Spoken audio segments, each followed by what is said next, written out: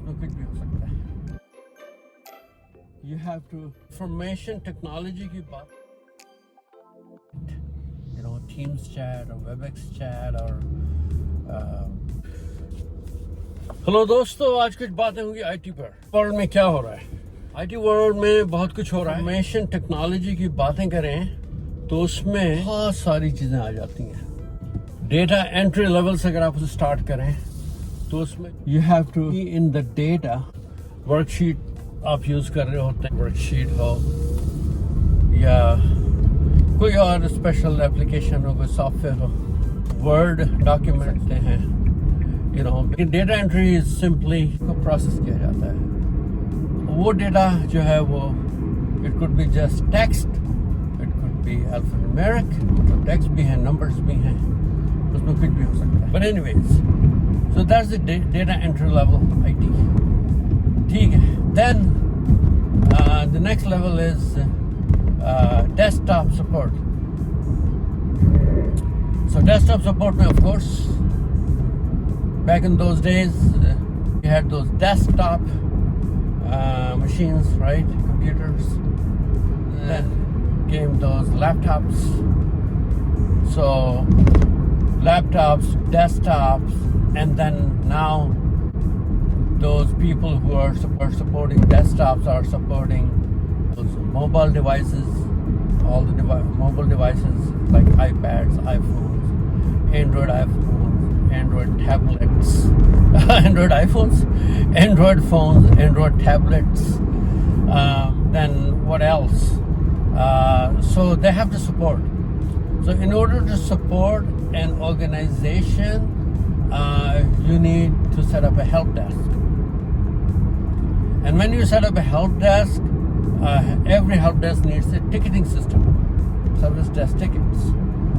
So it creates those service desk tickets. So self-service actually helps those users, those end users, to just go ahead, on the company website, intranet, and create your own ticket with enough details there, with the contact, phone number, building location, site location, stuff like that.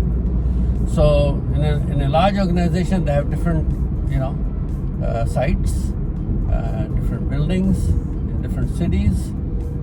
So they have their own IT team. So if Susan opens a ticket for Oakland, California, so Oakland, California staff will get that ticket in their queue, okay? And if John opens the ticket in Chicago, then the Chicago staff would actually get the ticket in their queue. But anyways, so these are those things. So again, there's also a very important thing in help desk and service desk is SLA, service level agreement. Service level agreement is number of days, number of hours, number of minutes, how fast you have to respond to that request. And also there are like priority 1, priority 2, priority 3. Priority 1 requests, actually they normally require a very rapid or instant response in order to mitigate the issue, resolve the issue, because it is enterprise-wide, not just site-wide or some group-wise or just one individual or something. It is basically a major incident, and that's why it has to be addressed as soon as possible. So that's what it is. So service level agreement is basically help desk.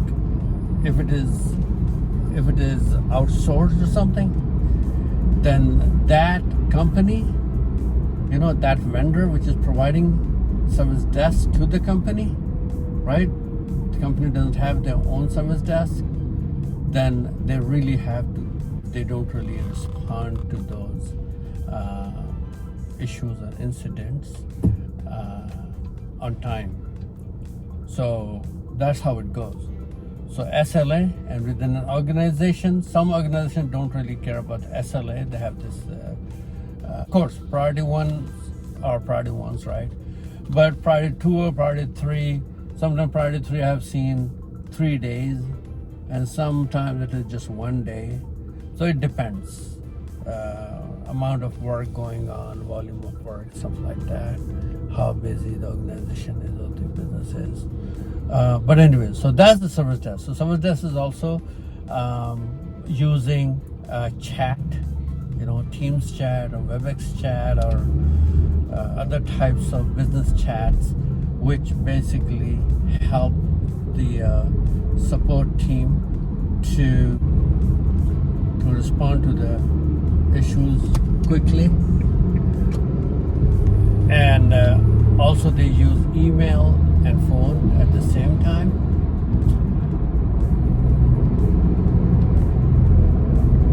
So yeah, that's how it goes basically.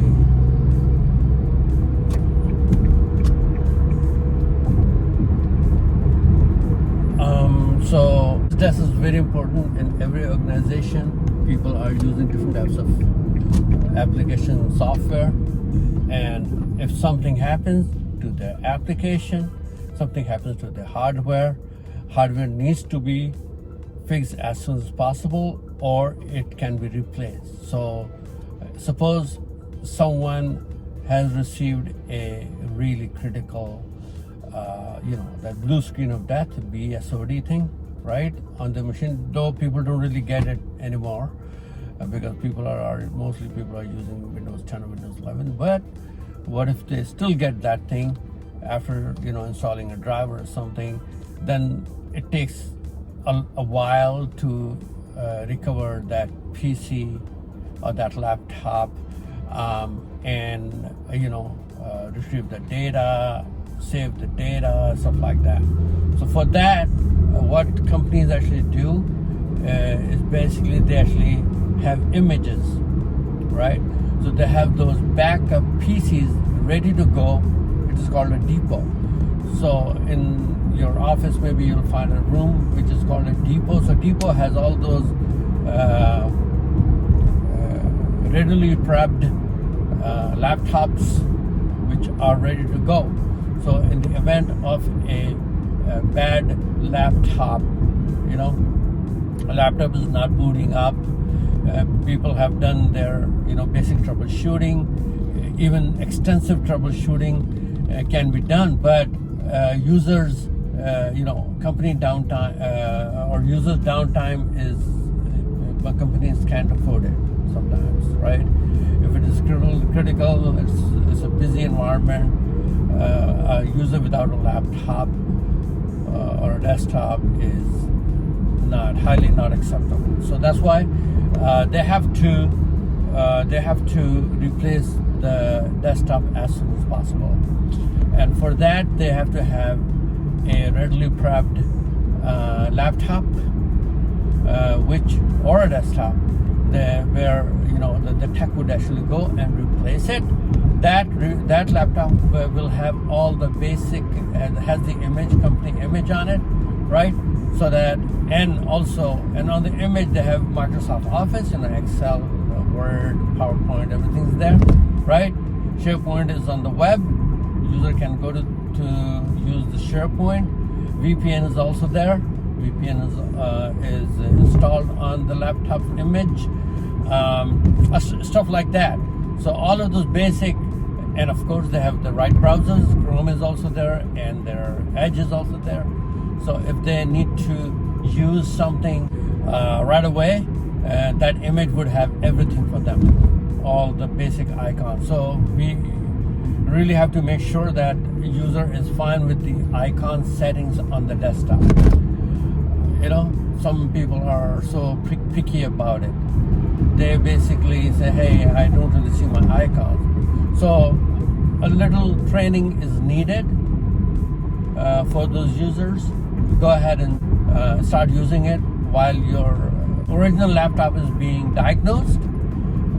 We will deliver it soon, but in the interim, we really need to make sure that you are back in business, you're not losing anything, right? Your data is there, and your data is either on OneDrive or on the network shared drive, right? So we really have to make sure that users are using OneDrive, users are using the network drive. Don't save any data on your hard drive, because in the event of a system failure, then they can't really retrieve their data, right? So all the data should be on. So it is important actually. So now, since I have just mentioned network drive, so every company has a network. So they have this LAN, local area network going. Local area network is like they have a router or a modem and a switch. If it's like 50 employees, then they have a 48 port switch, I believe. Okay, and maybe 2 switches, but they will actually provide the LAN connections to all of those machines and hosts, right?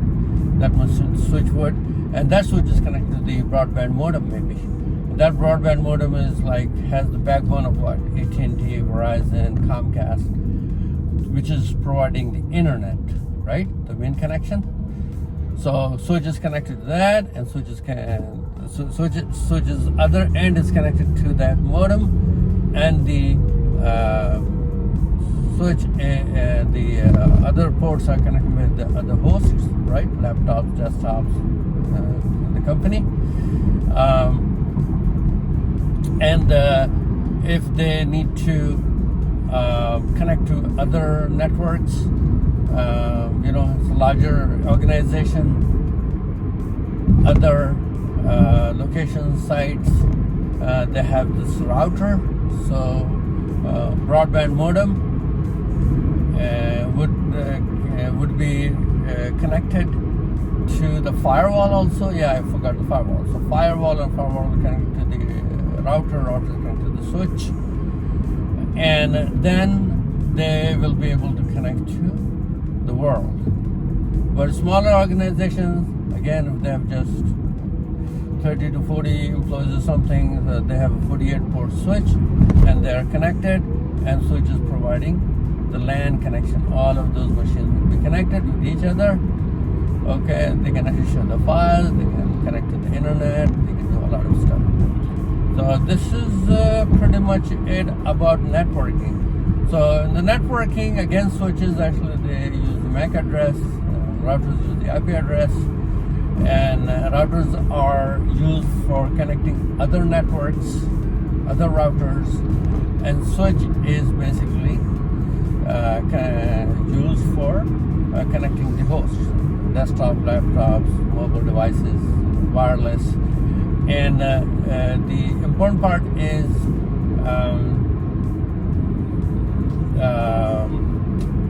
yes, so routers and switches, and it's a LAN network, right? Local area network.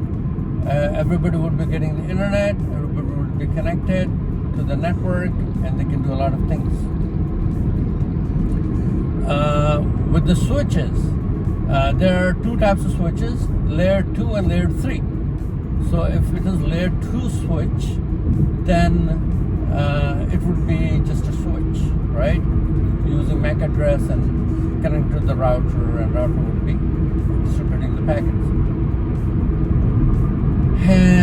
But on a layer 3 switch, we don't need a router, because that layer 3 switch works as a router. So layer 3 switches actually they use the MAC address and also the IP address.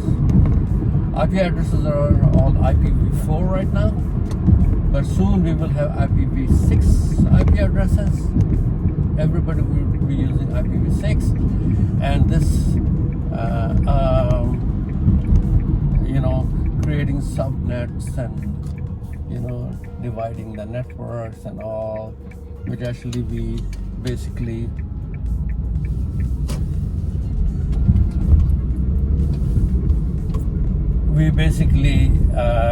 have to struggle if the subnetting and all different networks would be on different subnets, and we are running out of IP address and stuff like that. But IPv6 is like virtually almost unlimited. It is unlimited. So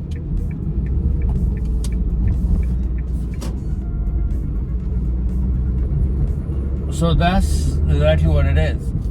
So yeah, life would be very easy.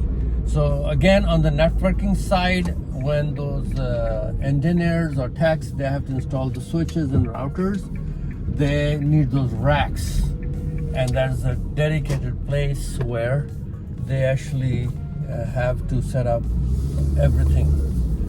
So they basically have to take care of things like racking and stacking those switches and routers, and also wiring and cabling, and taking care of the power.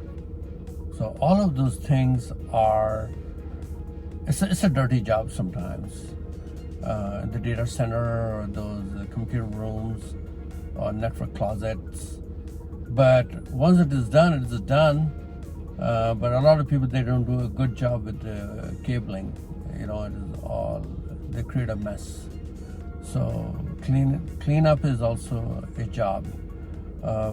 For different companies have different ways to do it. Sometimes they actually hire some vendors.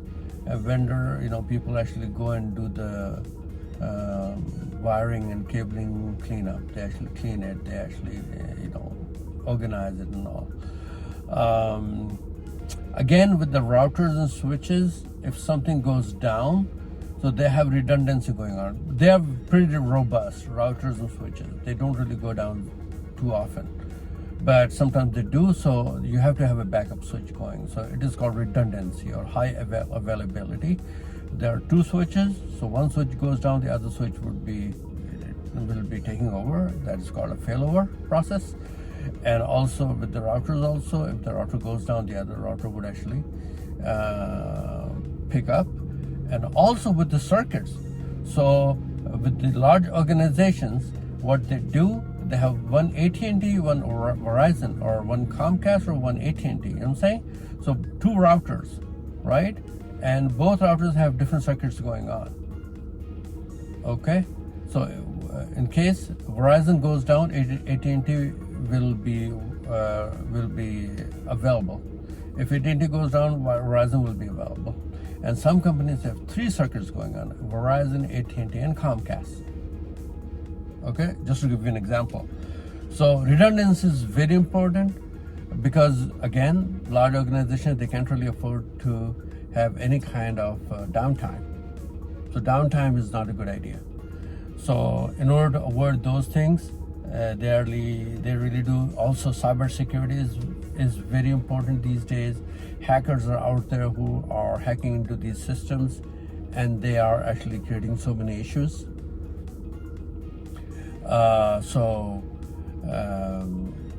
They actually try to hack into those networks through routers or switches, and then they actually access the entire network. You know what I'm saying? All the hosts and PCs and stuff like that, or the servers. So in order to control that part, every organization has the cybersecurity team. Cybersecurity team actually takes care of the firewall, those ACLs, access control lists, firewall policies, and also intrusion detection system services or system, IDS, intrusion prevention system,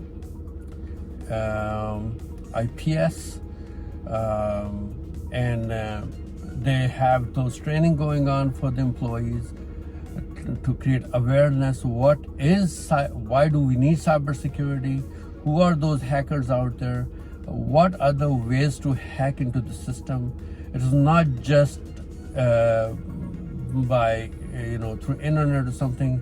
It is being done by physically people actually get into the office buildings by piggybacking, right?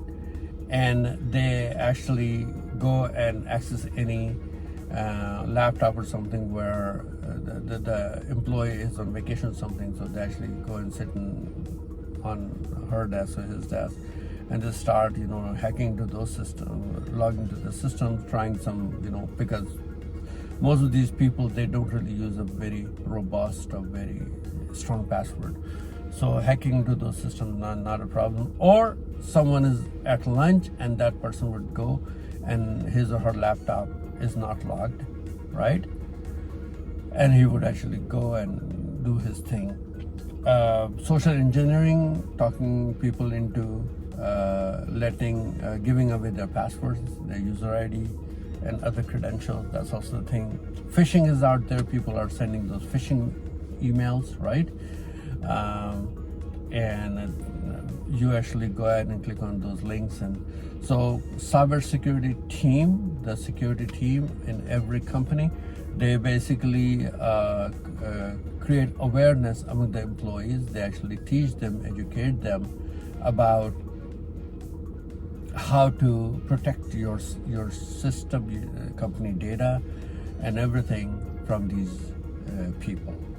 So this is pretty much it. This is all IT. Well, IT is all about. On the database side, databases are huge. Again, people are using, SQL's database, Oracle, Informatica, and MongoDB, and AWS databases, Google database, you name it, Azure database, and those databases are on the cloud.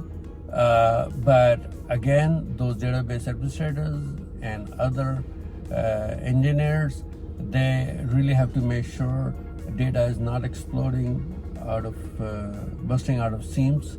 So when the data becomes too big, then it's called big data.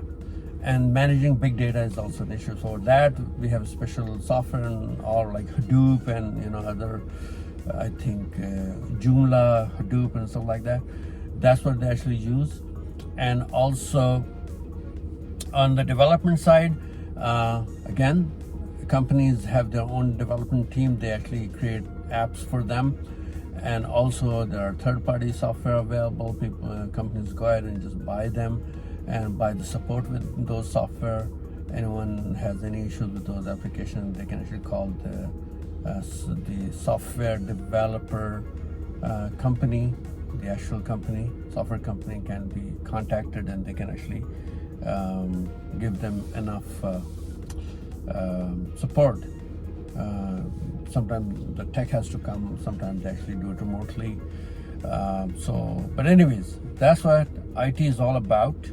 I'm not saying like that's the most ultimate information I provided you guys, provided to you guys or shared with you guys, but this is pretty basic stuff I just told you. It is like huge. It is very vast.